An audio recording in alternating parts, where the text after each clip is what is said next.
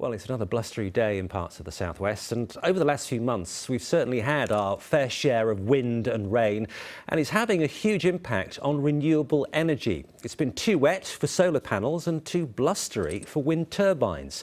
As Spotlight's John Danks explains. A maintenance engineer hooks onto the ladder at the base of a wind turbine at Truro Airfield, then begins the 100-foot climb to the top. A good head for heights is essential for this work, as is the right weather.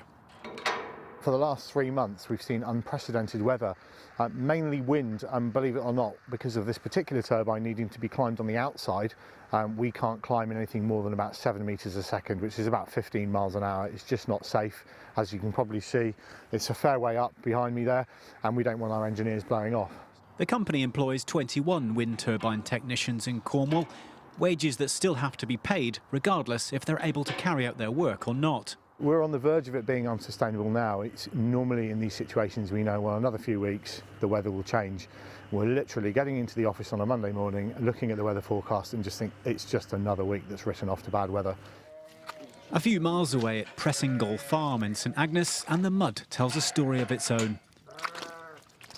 This solar array generates enough electricity to power 75 homes, but too many rainy days have seen it lose its spark. There's been a lot more rainfall, a lot more sea mist, and it's affected the generation this quarter compared with last year at the same time quite considerably, and we think it's around 25% down here.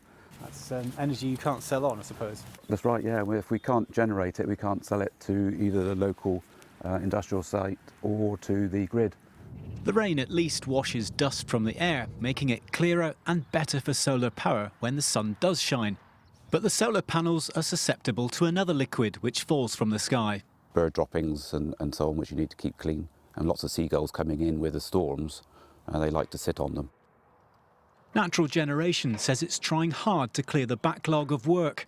That means a lot more climbing for their technicians, provided it's not too windy. John Danks, BBC Spotlight, Cornwall.